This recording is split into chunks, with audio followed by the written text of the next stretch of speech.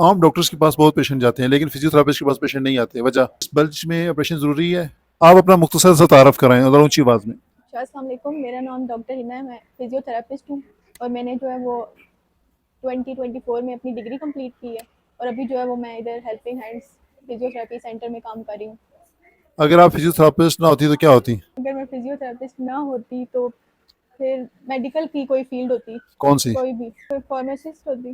Pharmacist. हम्म, पाकिस्तान में physiotherapy के हवाले से बड़ी गलतफहमी क्या पाई जाती है? बड़ी गलतफहमी यही है कि पेशेंट्स जो आते हैं वो यही उनका होता है कि वो बस 1-2 दिन में बिल्कुल ठीक हो जाएँ, जबकि ऐसा नहीं होता। फिजियोथेरेपी में तो आपको एक लंबा टाइम चाहिए होता है पेशेंट्स को रिकवरी के लिए।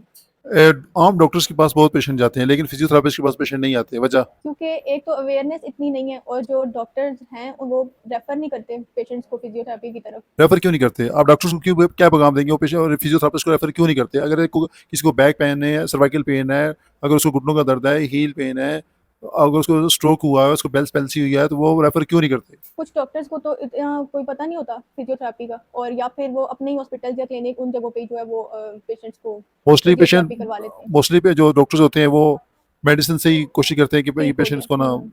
लेकिन हर बीमारी का इलाज सिर्फ मेडिसिन नहीं है। जो बहुत सी जैसे स्ट्रोक और ये बेल्स पैल्सी वगैरह, इनमें तो पेशेंट्स को जो है वो फिजियोथेरेपी ज़रूरत होती है।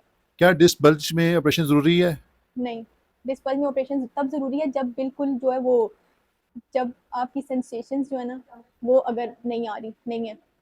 लाइक जैसे नमनेस बहुत ज़्यादा हो जाती है जिन पेशेंट्स में, बहुत उनका बिल्कुल ही जो है वो उठना बैठना मुश्किल हो जाता है। उस कंडीशन में जो है वो सीवियर कंडीशन जो हो जाती है उस, कमर दर्द में और शाइटिका दर्द में क्या फ़र्क है? शटिका का जो पेन है वो जो है वो लेग में भी जाता है और उसमें जो है वो नमनेस और टिंगलिंग होती है, जबकि जो कमर दर्द है वो या तो मसल स्पैज़म वगैरह की वजह से हो जाएगा और वो जो है वो बैक में ही रहेगा, वो लेग्स में नहीं जाता। दोनों इकट्ठे भी हो सकते हैं? हो सकते हैं। क्या हर एमआरआई या एक्सरे में नजर आने वाला मसला वाकई दर्द की वजह से होता है? नहीं, एक्सप्लेन। क्या हर एमआरआई या एक्सरे में नजर आने वाला मसला वाकई दर्द की वजह से होता है? ज़रूरी नहीं है कि दर्द की वजह से ही हो। किस वजह से हम लोग एमआरआई क्यों कराते हैं या एक्सरे क्यों कराते हैं? एमआरआई तो तभी करवाते हैं जब उनको बहुत ज़्यादा पेन हो, लेकिन लाज़मी नहीं है कि वो, उनके उसके अलावा भी बहुत से मसले हो सकते हैं। तो आपका मतलब है कि एमआरआई या एक्सरे में जो नजर आने वाला मसला वाकई दर्द की वजह से नहीं होता? ज़रूरी नहीं है। जरूरी नहीं है। क्या दर्द हमेशा जिस्म में होता है या कभी दिमाग में भी दर्द को बढ़ा कभी दिमाग भी दर्द को बढ़ा देता है? बढ़ा सकता है। कैसे? टेंशन वगैरह, टेंशन जो लेते हैं, स्ट्रेस, इस वजह से भी आपके जो मसल्स वगैरह हैं वो टाइट हो जाते हैं। ये तो टेंशन से कौन से दर्द बढ़ते हैं? उनके जो मसल्स, ये सर्वाइकल के जो मसल्स हैं वो टाइट हो जाते हैं उसकी वजह से, बताइए ना, डिटेल से बताइए टेंशन ना। की वजह से। क्या? गर्दन का दर्द हो गया, ये पट्टों का दर्द हो गया, शोल्डर्स का। अच्छा, बाजू ये सुन होना शुरू जी, हो गए। अच्छा, और उसके अलावा? ये टेंशन की वजह से ये। बाजू सुन हो जाना। जी। अच्छा, तो वो क्या पट्टों में खिंचाव आ जाता है? जी, पट्टे खिंच जाते हैं अच्छा। टेंशन की वजह से। आज के नौजवान अपनी रीढ़ की हड्डी को सबसे ज्यादा नुकसान किस चीज से पहुंचा रहे हैं? पोस्चर ठीक नहीं है सबसे बड़ी बात, और ये जो फ़ोन यूज़ करते हैं उसमें, ज़्यादा फ़ोन यूज़ करने की वजह से, और जो एक्सरसाइज नहीं करते, और इसके अलावा? लेटे बैठे रहना, और लाइफस्टाइल जो है उनका अच्छा नहीं है। तो कैसे लाइफस्टाइल ठीक करें वो? लाइफस्टाइल इस तरह ठीक करें कि डेली जो है वो वॉक करें, एक्सरसाइज करें, स्ट्रेचिंग करें रोज़। उसके अलावा जो पोस्चर है उसको बिल्कुल ठीक रखें।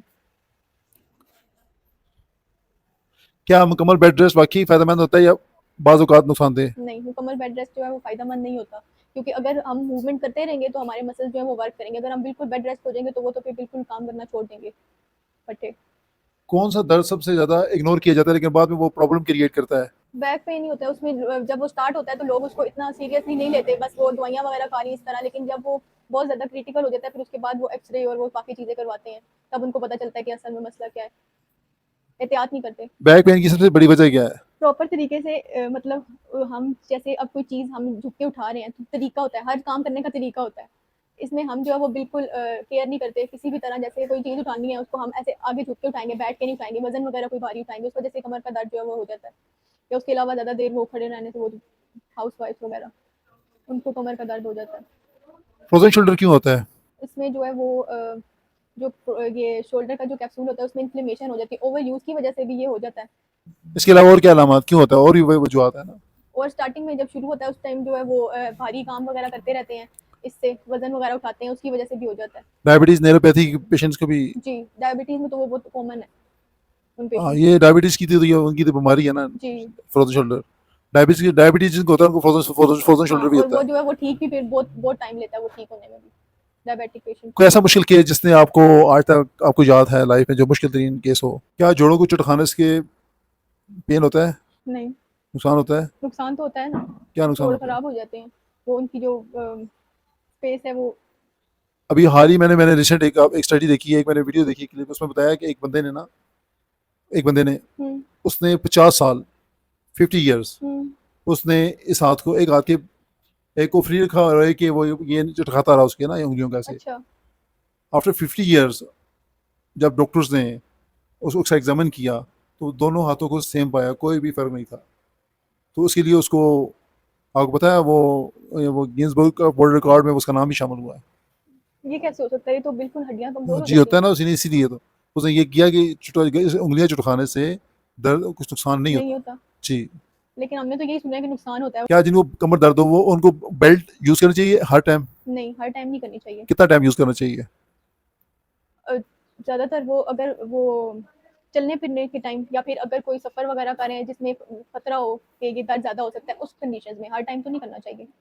अगर हर टाइम यूज करेंगे तो उसके तो नुकसान उससे क्या जो है? है मसल्स जो है वो फिर उनको वो डिपेंड करना शुरू कर देते हैं, फिर वो काम नहीं करते उस तरह, वीक हो जाते हैं मसल्स। लोग दर्द खत्म करने के लिए सबसे बड़ी गलती क्या करते हैं? दवाइयाँ लेते हैं, मेडिसिन खाते हैं। उसको अल्टरनेट क्या है? एक्सरसाइज, उसको अल्टरनेट यही है कि एक्सरसाइज करें, दर्द तो उसी से खत्म होगा, मेडिसिन से तो कैसे अब देखिए ना, अब जिसको अब किसी को नेक पेन है या जिसको शोल्डर पेन है, फ्रोजन शोल्डर है, नेक का मसला है, तो वो तो फिजियोथेरेपिस्ट को कंसल्ट करेगा ना, वो खुद से जी, कैसे करेगा? ये जो फ़ोन यूज़ करते हैं ना आजकल, इसमें सब कुछ आ जाता है।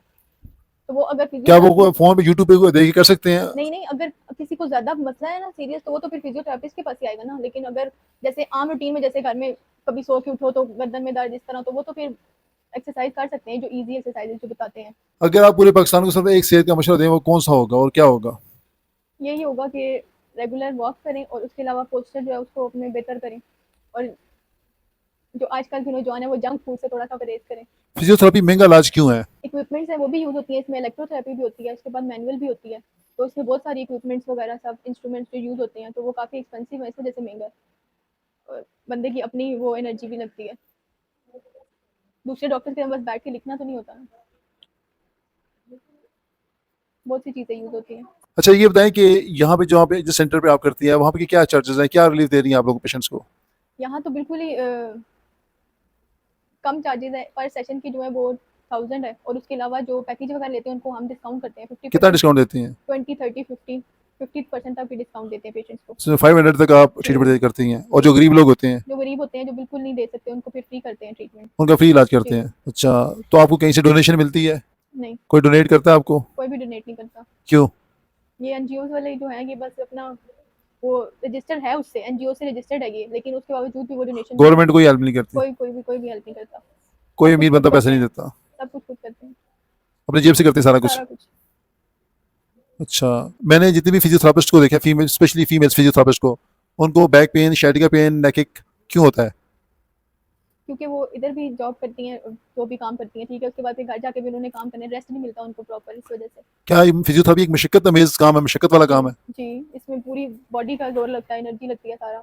जैसे एक मजदूर मजदूरी कर रहा होता है बाहर, हाँ वैसे जी, ये फिजियोथेरापिस्ट भी मजदूरी कर रहे होते हैं, मजदूरी ही कर रहे होते हैं, ऐसा ही है। थक रहे होते हैं पेशेंट के जी, साथ। बहुत ज़्यादा। उससे क्या होता है, उनका पोस्चर पे, उनकी जी, स्पाइन पे सारा इफेक्ट पड़ता है, प्रेशर उनके जो, हाँ सर्वाइकल जी, स्पाइन पे इफेक्ट पड़ता है, ऐसा ही है। उनके नी पे, उनके हील पे उनके इफेक्ट पड़ता है, जी उनका भी पोस्चर, वो भी पेशेंट मैंने अक्सर देखा है ना कि वो मोस्टली फीमेल्स, मेल्स तो होते ही होते हैं, फीमेल्स ज़्यादा अफेक्टेड होती हैं, जी, इसकी ज़्यादा रेशो देखी गई है पाकिस्तान में, ऐसा ही है। और विटामिन डी की कमी भी बहुत ज़्यादा पाई जाती है। जी, तो आप क्या देंगी मशवरा फिजियोथेरापिस्ट को, क्या वो मशक्कत कम करें या ज़्यादा करें? कम करें, बहुत ज़्यादा ना करें, नॉर्मल करें, और वो उसके अलावा जो है वो अपने अपने आप को सबसे पहले देखें। जब खुद ठीक नहीं होंगे तो फिर लोगों को कैसे ठीक करेंगे? आप सबसे यही बात गुजारिश है कि आप वो जल्दी ना करें किसी पेशेंट को ठीक करने में, जल्दबाजी का मुजाहरा ना करें, इसमें मरीज को भी नुकसान होगा और आपको भी नुकसान होगा।